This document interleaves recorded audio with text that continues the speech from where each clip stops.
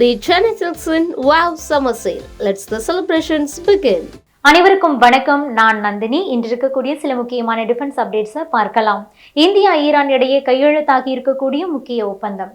இந்திய ராணுவ வீரர்களை வேண்டாம் அப்படின்னு சொல்லிட்டு நாட்டை விட்டு அனுப்புனதுக்கு அப்புறமா தற்போது புலம்பிக் கொண்டிருக்காங்க மாலத்தீவு. பாகிஸ்தான் போர் விமானத்தை வாங்கும் ஈராக். பாகிஸ்தான் ஆக்குபைட் காஷ்மீர்ல பாகிஸ்தானுக்கு எதிராக வெடித்த போராட்டம். பாதுகாப்புத்துறை அமைச்சரையே மாற்றிய புதின். என்ன காரணம்? இந்த பதிவுல விரிவா பார்க்கலாம். முதலில் ஈரானோட ஷபஹார் துறைமுகத்தை இந்தியா 10 ஆண்டுகளுக்கு தனது கட்டுப்பாட்டுல எடுக்கக்கூடிய ஒப்பந்தம் 2 நாடுகளுக்கிடையே இன்னைக்கு கையெழுத்தாகி உள்ளது. இதற்காக union minister Sarbananda Sonowal Iran போயிருக்காரு. ஈரானுடைய தெற்கு பகுதியில் இருக்கக்கூடிய ஷபஹார் துறைமுகம் சர்வதேச கடல்வழி போக்குவரத்து தடத்திலேயே அமைஞ்சிருக்கு. சிஸ்தான் பலுசிஸ்தான் கடலில் அமைந்திருக்கக்கூடிய இந்த போர்ட் ஸ்ட்ராட்டஜிக் ரீதியா ரொம்பவே முக்கியத்துவம் வாய்ந்த ஒன்று. இந்தியா தனது சரக்கு போக்குவரத்து தேவைகளை மனதில் வைத்துதான் அந்த துறைமுகத்தை குத்தகைக்கு எடுக்கிறதுக்கு திட்டமிட்டிருந்தாங்க. இது தொடர்பான பேச்சுவார்த்தைகள் எல்லாம் பார்த்தீங்கன்னா கடந்த 2016ஆம் ஆண்டே தொடங்கிய நிலையில தற்போதுதான் அந்த ஒப்பந்தம் கையெழுத்தாகி இருக்கு. இந்த ஷபஹார் துறைமுகம் மூலமா ஆப்கானிஸ்தான், மத்திய ஆசிய நாடுகள், ஐரோப்பிய நாடுகள் ஆகியவற்றுக்கு இந்தியாவுடைய சரக்கு போக்குவரத்து எளிமையா அமைய போகுது. இன்டர்நேஷனல் நார்த் சவுத் டிரான்ஸ்போர்ட் காரிடாருடன் சேர்த்து இந்த துறைமுகத்தையும் இணைக்கிறதுக்காகவும் திட்டமிட்டிருக்காங்க. பாகிஸ்தானோட குவாடர் போர்ட்டை சீனா தன்னுடைய கட்டுப்பாட்டில் கொண்டு வந்தது இந்தியாவுக்கு ஒரு சவாலா பார்க்கப்பட்ட நிலையில அந்த துறைமுகத்துக்கு பக்கத்திலேயே இருக்கக்கூடிய ஷபஹார் துறைமுகத்தை நம்ம இந்தியா தற்போது கட்டுப்பாட்டில் கொண்டு வந்திருக்காங்க. வெளிநாட்டில் இருக்கக்கூடிய ஒரு துறைமுகத்தை குத்தகை மூலமா தனது கட்டுப்பாட்டில் இந்தியா கொண்டு வருவது அப்படிங்கிறது இதுதான் முதல் முறை. பாகிஸ்தானோட குவாடர் போர்ட்டை சீனா தனது பெல்ட் அண்ட் ரோட் இனிஷியேட்டிவ் திட்டத்தின் மூலமா மேம்படுத்தி வரக்கூடிய நிலையில இந்தியா ஈரான் துறைமுகத்துல தனது பிரசன்ஸை காட்ட போறாங்க. அடுத்ததான் மாலத்தீவிலிருந்து இந்திய ராணுவம் முழுமையாக வெளியேறி சில நாட்களே ஆகியிருக்கு. இந்த நேரத்துல இந்தியா வழங்கின அங்க இருக்கக்கூடிய 3 விமானங்களை இயக்கக்கூடிய திறன் கொண்ட பைலட்டுகள் மாலத்தீவு ராணுவத்திடம் இல்லை அப்படிங்கிற உண்மையை அந்த நாட்டு பாதுகாப்புத்துறை அமைச்சர் காசன் மௌமூன் ஒப்புக்கொண்டிருக்கார். மாலத்தீவிலிருந்து அனைத்து இந்திய ராணுவத்தினரும் வெளியேறியது பத்தி அவர்கிட்ட செய்தியாளர்கள் கேள்வி எழுப்பியிருக்காங்க. அப்போதுதான் இந்திய ராணுவத்தால வழங்கப்பட்ட 3 விமானங்களை இயக்கக்கூடிய திறன் கொண்ட பைலட்ஸ் மாலத்தீவு ராணுவத்துல யாருமே இல்லை. சில வீரர்கள் இந்திய விமானங்களை இயக்கக்கூடிய பயிற்சியை தொடங்கியிருக்காங்க. இருந்தாலும் கூட அவர்கள் அந்த ட்ரைனிங்ல பல்வேறு நிலைகளை கடக்க வேண்டி இருந்ததுனால பல்வேறு காரணங்களால் நம்ம வீரர்களால, அதாவது மாலத்தீவு வீரர்களால அதை இயக்க முடியல. இதனால இந்திய விமானங்களை இயக்கக்கூடிய லைசன்ஸ் மாலத்தீவு ராணுவத்துல யாருக்கிட்டையுமே இல்லை அப்படிங்கிற உண்மையை சொல்லியிருக்காரு. தீவுகளுடைய கூட்டமான மாலத்தீவுல எங்காவது ஒரு இடத்துல யாருக்காவது உடல்நிலை பாதிப்பு ஏற்பட்டது அப்படின்னா அவங்கள எளிமையாக ஹாஸ்பிட்டலுக்கு அழைத்து செல்வதற்காகத்தான் இந்த விமானங்களை நம்ம இந்தியா அவங்களுக்கு கொடுத்து அந்த ஹெல்ப்பை பண்ணிட்டு இருந்தாங்க. அதை ஆப்ரேட் பண்றதுக்காகத்தான் நம்ம இந்திய ராணுவத்தினர் சுமார் 75 பேர் மாலத்தீவுல இருந்தாங்க. சீனா ஆதரவு நிலைப்பாடு கொண்ட முகமது மொய்சு எப்போது அங்கு அதிபரானாரோ அப்போதே பார்த்தீங்கன்னா இந்திய ராணுவம் அங்கிருந்து வெளியேற வேண்டும், அதுதான் தன்னுடைய முதல் கையெழுத்து அப்படின்னு சொல்லியிருந்தாரு. அதற்கான அனைத்து வேலைகளையும் அவர் செஞ்சார். அங்கு மொத்தம் 3 ராணுவ தளங்கள் இருந்த நிலையில அங்க இருக்கக்கூடிய அனைத்து வீரர்களும் மே 10ஆம் தேதிக்குள்ள வெளியேறிவிட வேண்டும் அப்படிங்கிற உத்தரவு போடப்பட்டிருந்தது. அதற்கு முன்னதாகவே நமது இந்திய ராணுவ வீரர்கள் அங்கிருந்து வெளியேறிட்டாங்க. இந்த நிலையில தான் தற்போது அங்க இருக்கக்கூடிய ஹெலிகாப்டர்களை இயக்கிறதுக்கு ஆள் இல்லாம தவிச்சுக்கிட்டு இருக்காங்க மாலத்தீவு.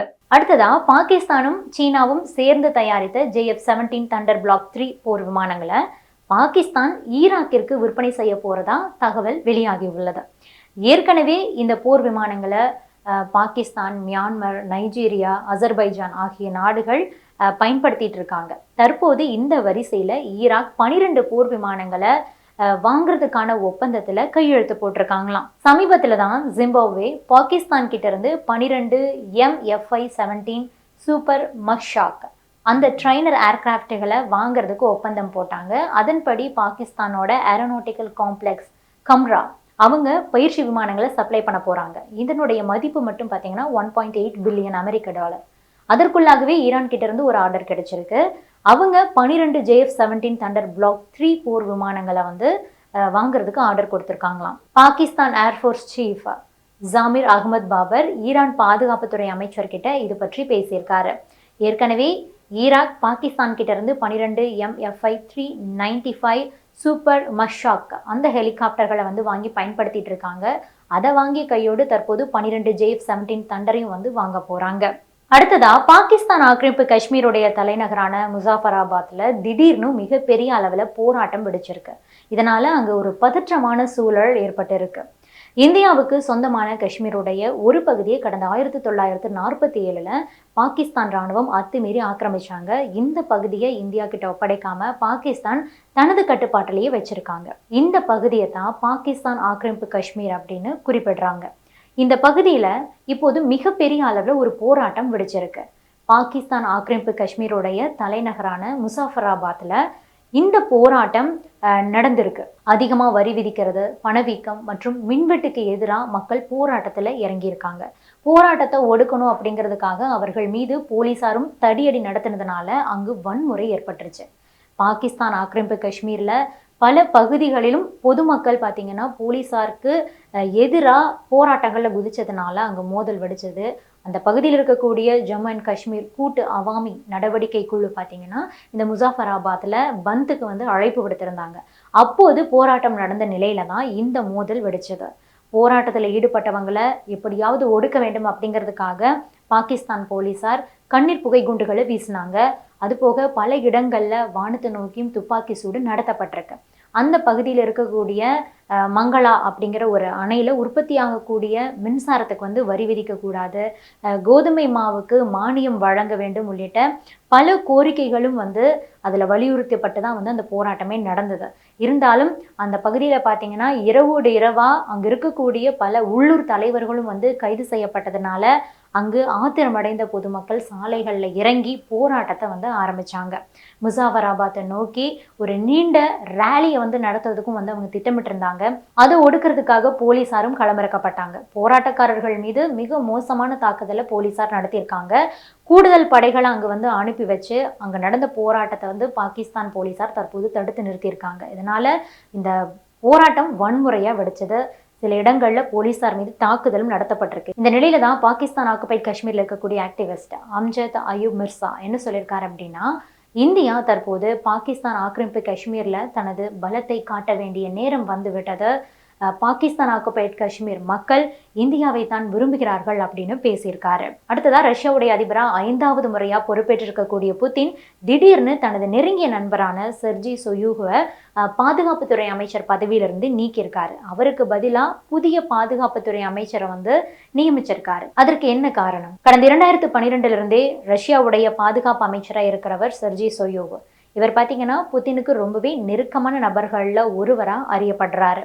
அவரை அமைச்சரவையிலிருந்து நீக்கிட்டு ஆண்ட்ரி பெலோசோ அப்படிங்கிற ஒருத்தரை தான் பாதுகாப்பு அமைச்சரா தற்போது புதின் நியமிச்சிருக்காரு. இது பலருக்கும் சர்ப்ரைஸான ஒரு விஷயமா தான் இருக்கு. ஏன்னா ஒரு பக்கம் போர் தொடர்ந்துகிட்டு இருக்கிறதுனால இராணுவத்தை பத்தி நன்கு தெரிந்த ஒருத்தர் தான் அமைச்சரா இருக்கிறது சரியா இருக்கும். ஆனா புதியதா பாதுகாப்பு அமைச்சரா நியமிக்கப்பட்டிருக்கக்கூடிய ஆண்ட்ரி பெலோசோ ஒரு பொருளாதார வல்லுநர். அவர் ரஷ்யாவில் முன்னாள் துணை பிரதமராகவும் கூட இருந்திருக்காரு. போர் சூழலில் பொருளாதார வல்லுநரை ஏன் அமைச்சரா நியமிக்க வேண்டும் அப்படிங்கிறதும் அங்க இருக்கக்கூடிய மக்களுக்கு ஒரு கேள்வியா இருக்கு. இதற்கிடையே தான் இது பத்தி ரஷ்ய அதிபர் மாளிகையுடைய செய்தி தொடர்பாளர் டிமிட்ரி பெஸ்கோவ் என்ன சொல்லியிருக்காரு அப்படின்னா, 1980களுடைய நடுப்பகுதியில சோவியத் யூனியன் ஒரு எந்த சூழலில் இருந்ததோ அதே மாதிரியான ஒரு சிச்சுவேஷன்ல தான் ரஷ்யா தற்போது இருக்குது. இப்போது ரஷ்யா செலவிடக்கூடிய மொத்த செலவுல சுமார் 7.4% மட்டுமே நம்ம பாதுகாப்பு துறைக்கு போயிட்டு இருக்கு. நாட்டோடைய நலனை உறுதி செய்யறதுக்கு நம்ம இவ்வளவு பெரிய தொகையை பாதுகாப்பு துறைக்கு நம்ம ஒதுக்கிட்டு இருக்கோம். அது எல்லாமே சரியா செலவிடப்படுறத உறுதி செய்யறது நமக்கு அவசியமா இருக்கு. அது கட்டாயமும் கூட. எனவே இதன் காரணமாக தான் பாதுகாப்பு அமைச்சரா இருக்கக்கூடியவர் பொருளாதார பின்னணி கொண்ட ஒருவராக இருக்க வேண்டும் அப்படின்னு புதின் விரும்பினாரு. இது உக்ரைன்ல நடக்கக்கூடிய சிறப்பு ராணுவ நடவடிக்கைகளிலும் நமக்கு பெரிய அளவுல உதவும் அப்படின்னு சொல்லியிருக்காரு. புதினோட நெருங்கிய நண்பர் செர்ஜி சொயூகுவை ஏன் புதின் நீக்கினார் அப்படிங்கிறது தான் இப்போ இருக்கக்கூடிய கேள்வி இல்லையா? ரஷ்யாவுடைய சக்தி வாய்ந்த பாதுகாப்பு கவுன்சிலுடைய செயலாளராக செர்ஜி சொயூகவை வந்து நியமிக்க வேண்டும் அப்படிங்கிறதுக்காகத்தான் அவரை அந்த பதவியிலிருந்து விடுவிச்சிருக்காங்களாம். உக்ரைன் ரஷ்யா போர் தொடங்கினதுலேருந்து செய்யக்கூடிய முக்கியமான மாற்றம் இதுதான். ரஷ்ய நாடாளுமன்றத்தில் புதின் கட்சியை சேர்ந்தவங்க தான் அதிகம் இருக்கிறாங்க அப்படிங்கிறதுனால புதினுடைய இந்த உத்தரவு மிக எளிமையாக நாடாளுமன்றத்தில் வந்து ஒப்புதல் அளிக்கப்படும் அப்படின்னு எதிர்பார்க்கப்படுது. அதே நேரம் ரஷ்ய போருக்கு ஓவரா செலவு செய்யப்படுறதா அந்த நாட்டு மக்களிடையே வந்து அதிருப்தி அதிகரிச்சுக்கிட்டே இருக்கு. அதை சமாளிக்கக்கூடிய வகையில தான் புதின் அமைச்சரவையில இந்த மாற்றத்தை மேற்கொண்டிருக்காரு அப்படின்னு சொல்லப்படுது. இது பத்தி எல்லாம் நீங்க என்ன நினைக்கிறீங்க? உங்களுடைய கருத்துக்களையும் பதிவு பண்ணுங்க. The Chennai Silks in Wow Summer Sale. Let's the celebrations begin.